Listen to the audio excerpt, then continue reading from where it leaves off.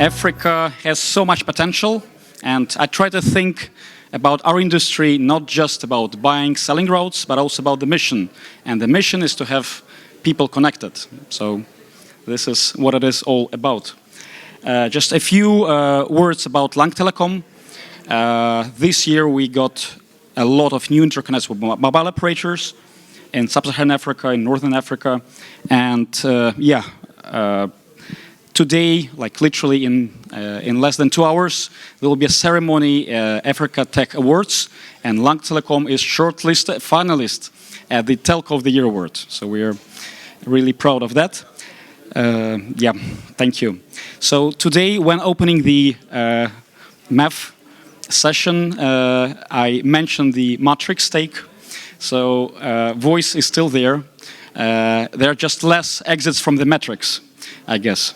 But on a serious note, my day-to-day responsibility is voice, international voice, and overall that market is, you could say, a declining market. A lot of OTTs and all that, but there are still a lot of different streams of voice. So, in fact, there are even some new retail streams, and voice might have been not so dynamic as SMS or some other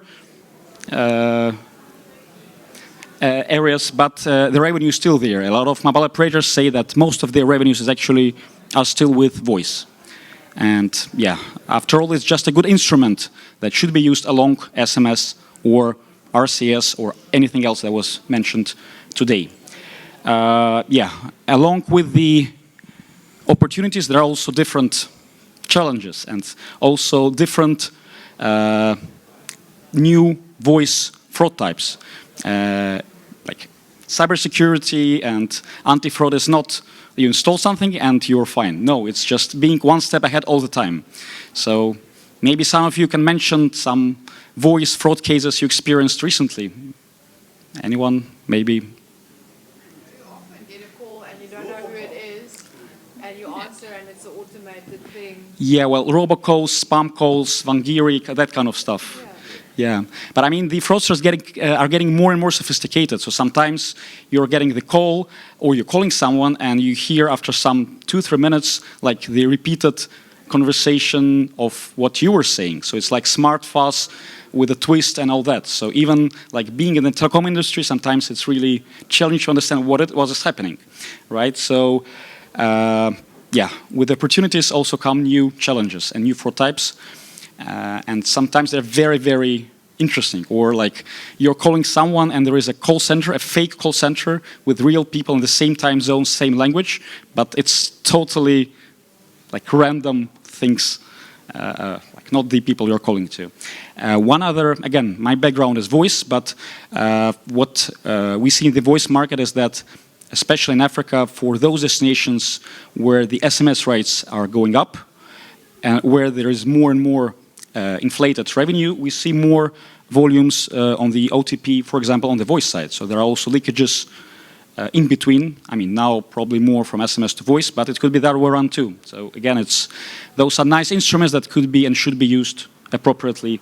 And OTT in Africa, it's not the Dubai or UAE model, but there are still some restrictions that I personally face traveling around Africa. So voice is still there, and if you need an urgent call and there is no internet, what will you do? You will call like using the international line.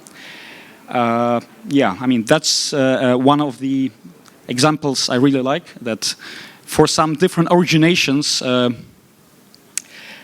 the difference might be extremely huge. And again, that's international refiling or, I mean, fraud types. So, but at the same time, opportunities, because voice landscapes can be changed easily. So it's evolving, it's changing. Apart from the, I mean, usually when speaking about the voice fraud, people speak about the outbound fraud, the PBX hacking, because this is where you really see the loss, where you see the problem. But actually, based on what we saw, is that most of the losses are for the traffic the operators are not getting. And the tricky thing is that if the operator is not getting the some of the streams for a long time, they are not they don't know that they should be looking for those streams. And actually, that's also fraud. And there are a lot of fraud types, different fraud types like that. Van Guru 2.0, this is what we at Lanck managed to identify.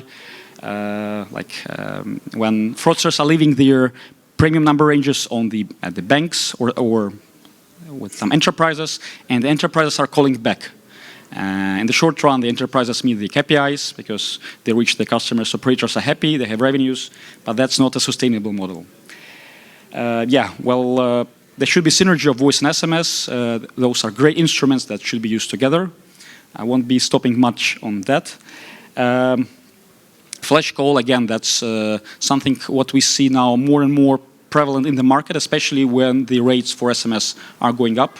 So there are solutions, and I won't be stopping here in detail, but we are able to identify with very big accuracy that those are like flash calls, not conversational business calls. Just a few fun facts about what we do and what we are able to track. Our anti-fraud is one more shield of defense. It's not interfering with the systems the operators have, and we're always able to track additional number of cases. Moving on, one of the other interesting new technology is eSIM. Traveling around Africa, I guess maybe not in SADC, but more in West Africa, East Africa, a lot of people have several smartphones. So now there are more and more affordable smartphones that support eSIM. So that should be definitely on the rise in Africa for sure. To make it short and quick, I think everyone is already a little bit overwhelmed with the second day ending of AfricaCom. Voice is still there, and it's a great instrument, and it should be used alongside with SMS, and it should be used in the proper way with all the challenges and with all the opportunities that it faces. So thank you. Okay. So yeah. Thank you, Alex. Yep. Can I get the mic? Yes. Thank you, Alex. So I think for next session we're going to continue this conversation, but we're going to do a different twist. So Alex, I'll. Do I stay here now? Oh, Professor Olalekan Akimbo, please come on stage. Sam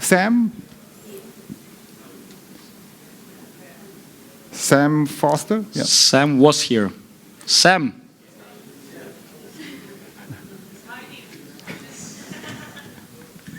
Seeing you.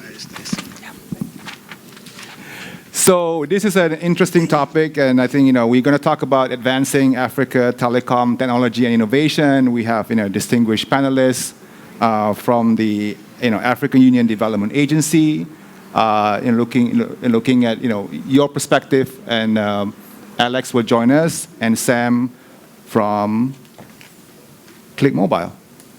Yeah. We're waiting for Sam. Yeah.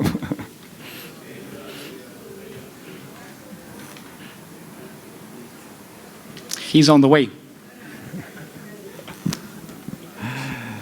So guys, have a seat. Thank you. Sam, you can sit here.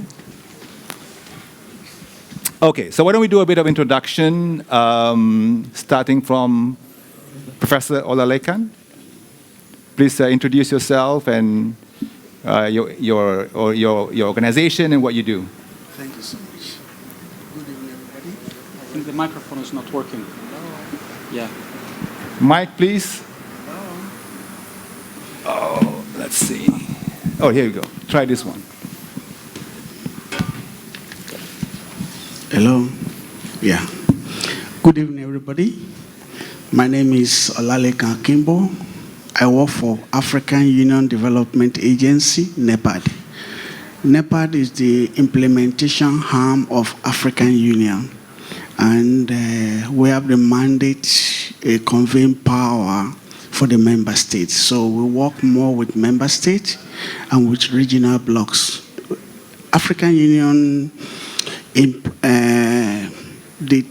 take decision. They have decision document.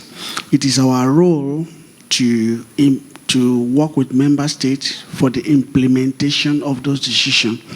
And one of the policy that African Union has mandated my institution, or say my agency, to drive is Agenda 2063, the Africa we want. It might not be popular in tech space, but I think it's a good document to read about Africa, to know the Africa we want by the year 2063. My background a little bit is in agriculture, advanced to biotechnology, and also now in policy space. I'm the head of the Center of Excellence in Science, Technology, and Innovation, based here in Stellenbosch, and also lead a project on genome editing, focusing on innovation. Thank you so much. Alex, a bit about, maybe a reintroduction or a quick one? Yeah, well, I'm Alex Vavilov, Market Manager, Africa for Voice at Lanck Telecom. Thank you. Sam? My name is Samuel Chwenda. I'm the CEO and founder of Click Mobile. Wonderful. So here we try to kind of like look at the how do we as an ecosystem, from the agency through the private sector. Sam, you are a startup. You are in the middle of in between the agency and your role in terms of advancing the enterprise, small medium businesses, innovation, reshaping the Africa that we want. And how the collaboration among regulators and industry to create a supportive environment for growth, innovation, and accessibility. So the first question I have is to Professor Kimbo. From your perspective at NEPAD, what are the key infrastructure challenges that you feel need to be addressed to accelerate the transformation of digital across Africa? Thank you so much, Matt. I think I like the last conversation, which, especially the one that Wahid was really advocating for. But for me, and from where we sit, the most difficult thing that needs to be approached now is the digital device. There are so many challenges, innovation that could be used. However, if you see the usage is very low because the environment is not created for it. So it's important to really deal with the digital device, the division that we have presently on the continent. When he was speaking, I'll pick something. When he was talking about the country that are really moved on, he mentioned South Africa and Nigeria. But that's just a micro in the midst of the 5 member states. They are still small, though they have the population. But if you can get a good digital divide, that challenge can be reduced. You see, there'll be a lot of interconnectivity that could move from one country to another country within the continent, which creates a space for technology to thrive. As you will see, if in some countries they are connected, but we see the low bandwidth, the frequency when you want to use internet might be very slow. If at some country when you are there, you cannot even connect. Why? Because of the structure is not allowing it. So if you see that infrastructure is, worked on and improved on, you see within the 55 member states, there's a big market. And you will not just zero in on just one micro market for the telecommunication, which will go a long way to improve on the infrastructure that is expected. Well, thank you. So, like Alex, Lanck, and playing a role, how do you see your role and Lanck's role to meet the growing enterprise and connectivity demands in Africa markets? how do you play that role? Yeah, well, I mean, there are traditional enterprises, and then to some extent you can say the MNOs are also enterprises, right? In case they are private, they are enterprises, basically. Adding one more layer to that. Well, we try to be as local as possible. We interconnect and try to connect with as many and as local opcos as possible. And we see that this is our mission, because then there's quality. And the landscape changes. I mean, some operators change the ownership, etc., etc. So it's easier said than done, but we connect as local as possible, keep the quality. We have an amazing quality control team. So that's really, I mean, not just interconnect per se, but the making sure quality is there. And then, I mean, just a few commercial examples. We try to, speaking about the enterprises, we add some local languages. Me traveling around Africa, I realized that in many countries, most people actually speak in Africa 3-4 languages or even more, right? I mean, there is the local language, the tribe language, the regional language, the lingua franca, and then French or English or whatever, right? So, I mean, Senegal, Gambia, like Wolof, or like in Mali, you can add other languages, or, I mean, so you can be, if you think about the end customer, then you might think about how to increase their conversion, how to make the message clearer. So, I mean, just one example, adding like some local languages, for example. And yeah, there was something else I wanted to say, but we can come back to that one. Don't worry about it. Yeah. So, Chiwanda, I think you are a solution, a local provider here in South Africa, and so you try to address the gaps, in terms of, what gaps do you see today, in the current infrastructure? And because I think what you do is that you try to address the SMEs, the small medium enterprise. So, what are your challenges? Where do you see the gaps? Okay, I think I need to make some point of correction. I don't think we're a startup. We started in 2010, so I don't think 15 years would be startup. But I'll leave that to the audience to decide. I can look at it from different perspectives. When I was having a conversation with somebody the other day and saying, when you start a business in Africa, you have at least 10 years to be sure that business does not fail. And I think when you start a business in the US or in Europe, 5 years is good enough to set that, because the challenges in Africa are a bit more complex than the ones you get in the... That's why people like Elon Musk can easily start an idea, and before you know it, it's... But I'm sure there's so many African kids with brilliant ideas, but because of the environment we're in, it becomes difficult. Now, when it comes to the solution side of things, one of the biggest challenges you'll get is, I could have an amazing solution, and I'll go to the mobile operator, and this is a solution that's actually solving a local problem. Somebody will come from Europe or from the US with a solution inferior to mine, but because they have resources, because they have the language, because they have the documentation, you'll find that the local is struggling to push the solution, which solves the problem to the core compared to the solution that is coming outside into the country. So those are, I think, some of the challenges that we have faced over the years, where you present a solution, but because it's coming from a local company, it doesn't carry as much weight as one that comes from an external company. Okay, yeah.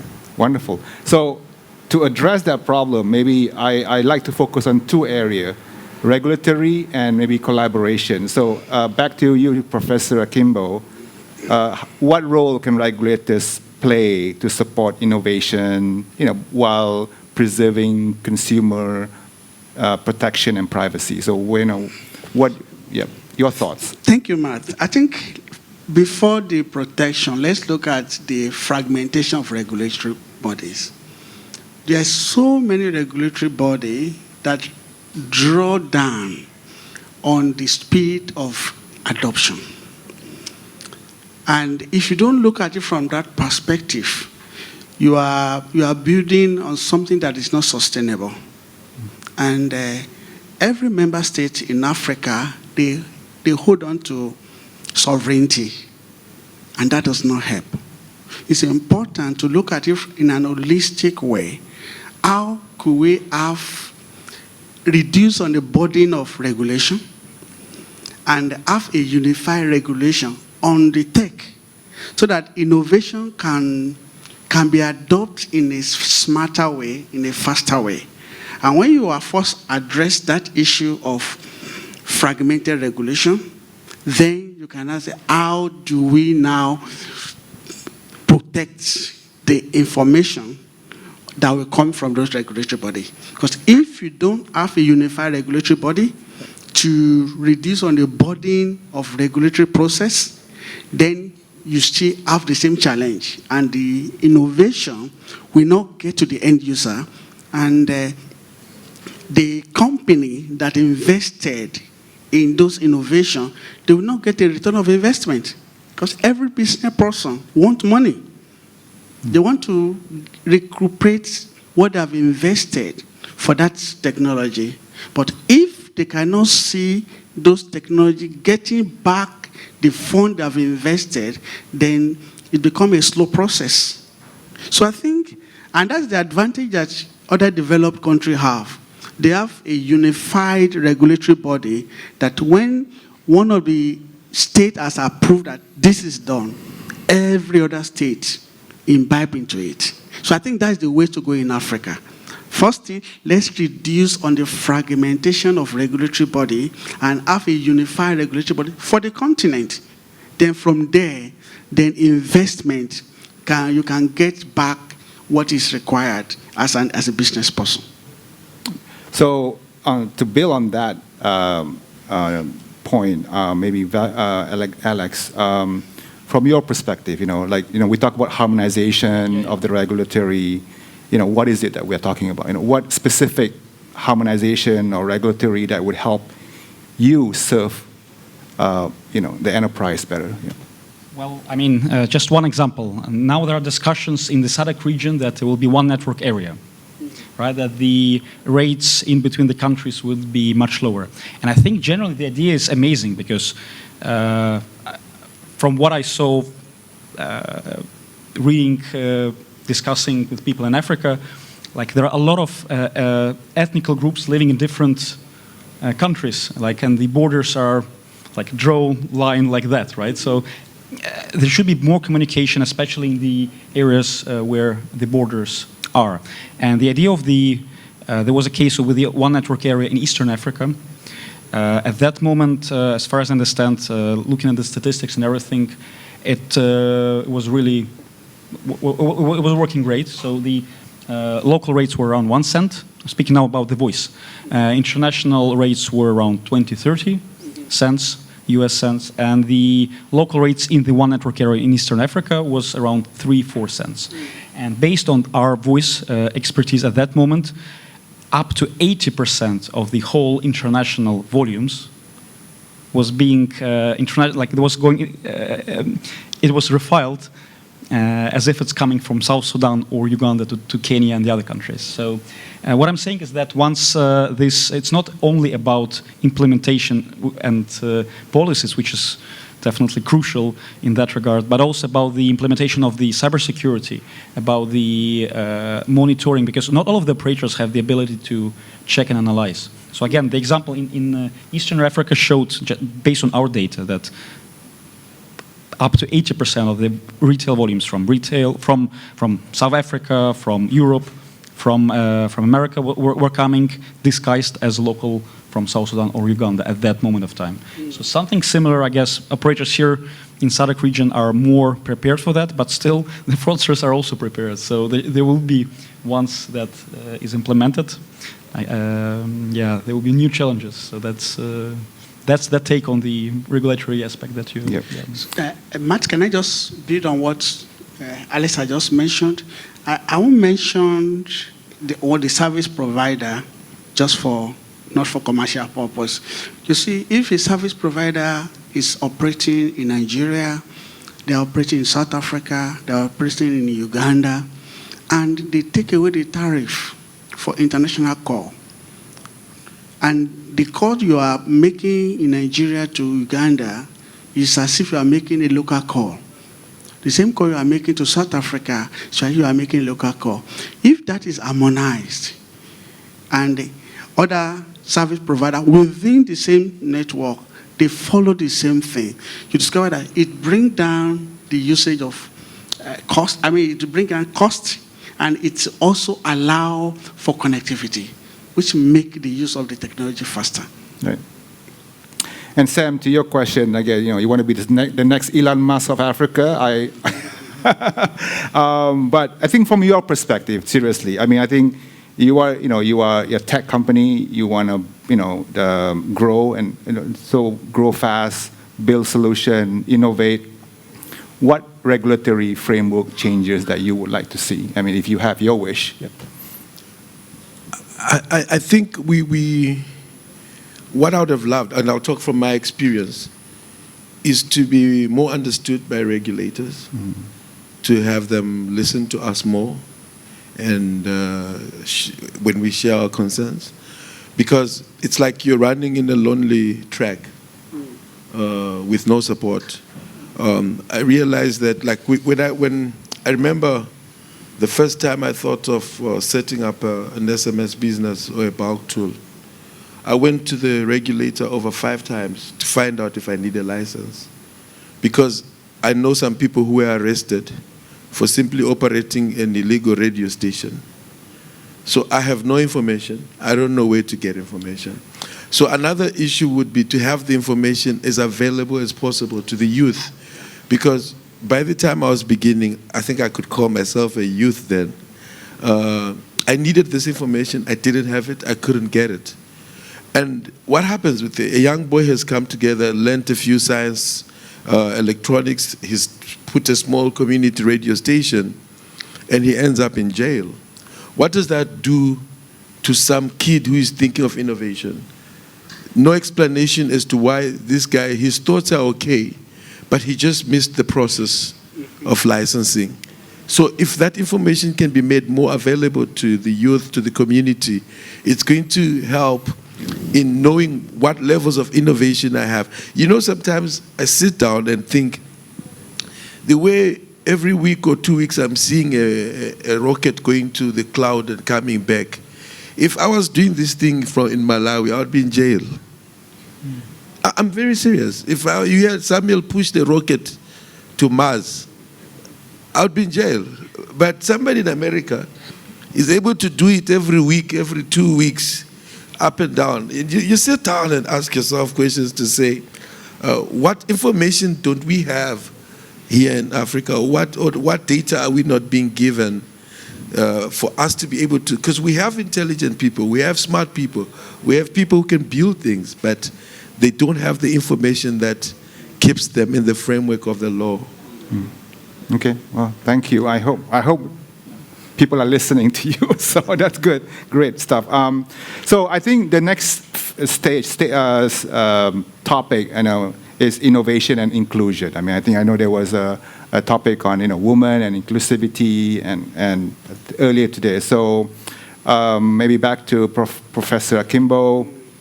I think in this perspective, how can we ensure innovation benefits both urban and rural communities in Africa? What are your thoughts?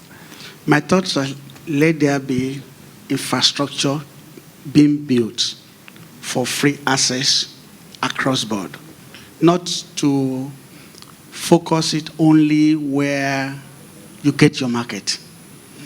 If you focus only on market, then the rural environment will not get the benefit. Because it doesn't make sense that you have good network in Cape Town, and when you go down beyond Cape Town, you can't get network. And you are still the same Cape Town, you are still the same South Africa.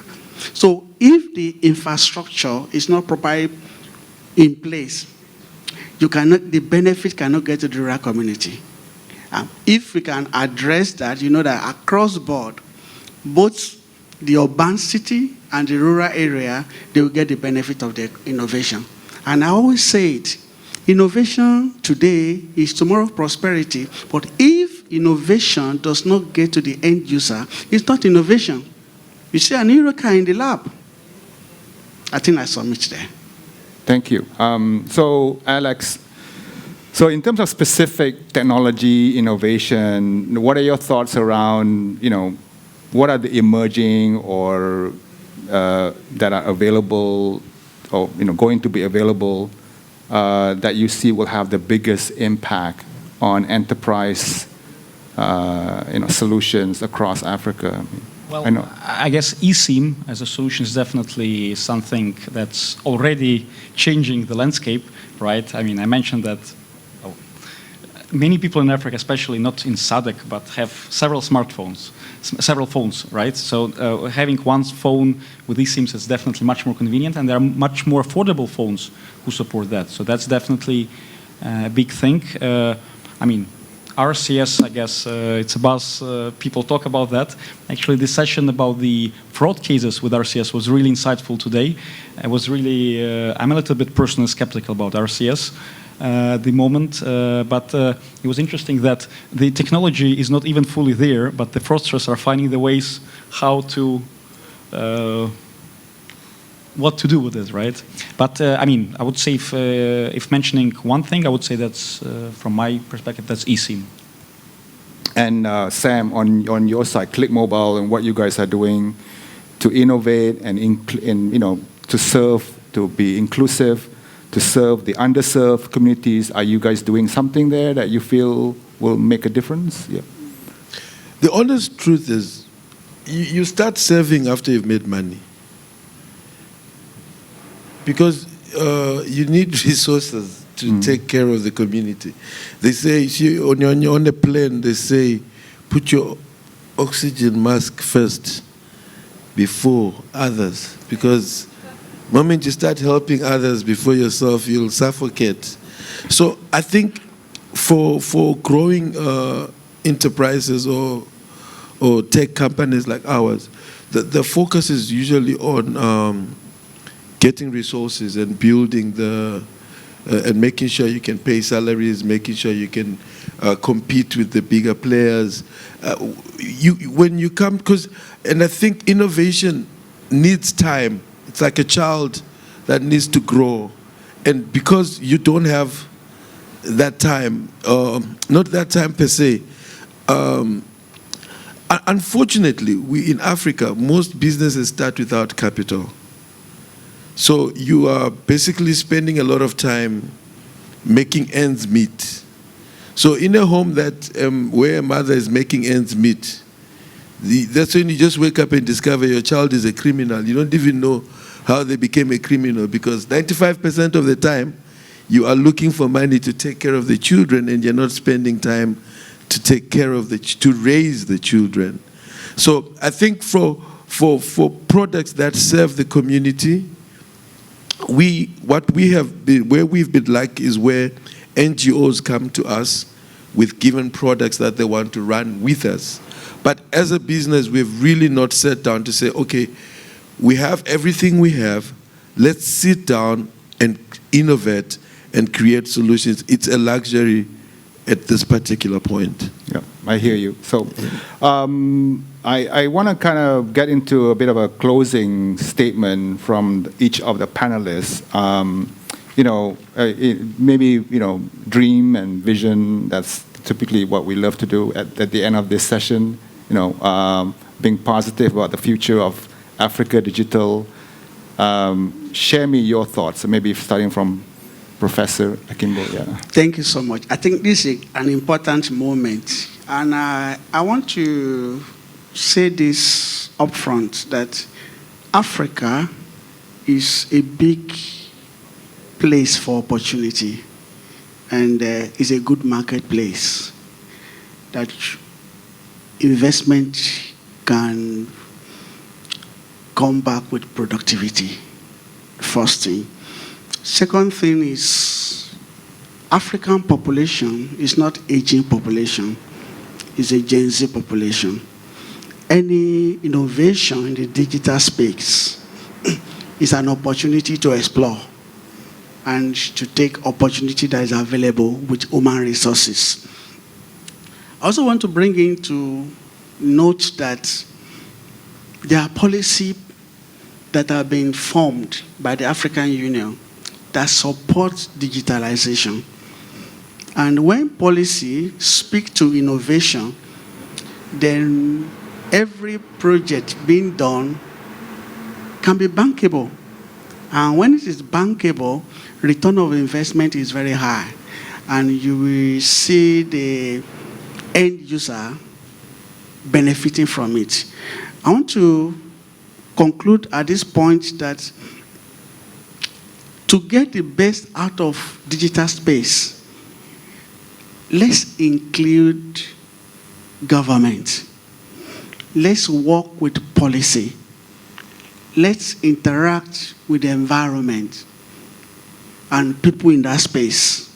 And if we can do that, both industry that is bringing the investment and the government that is creating the policy and the market, which is the end user, everybody will benefit.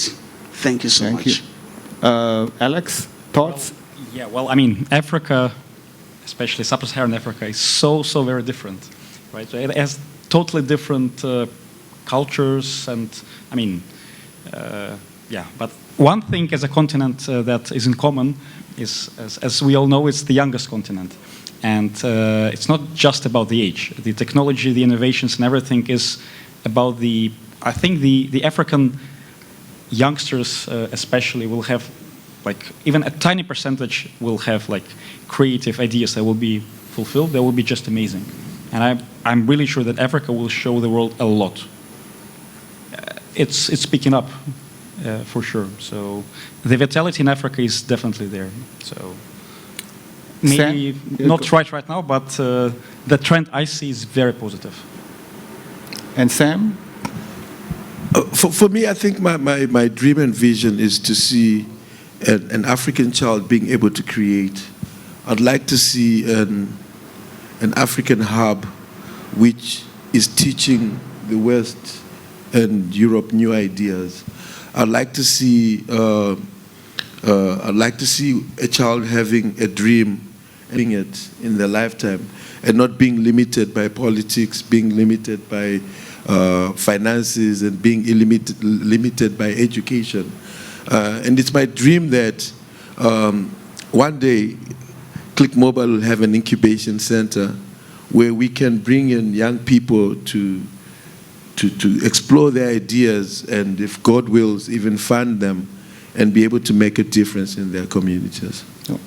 Well, thank you, panelists. I wasn't sure if any question, but otherwise we'll wrap up and move on. Thank you again. Give them a big hand, please.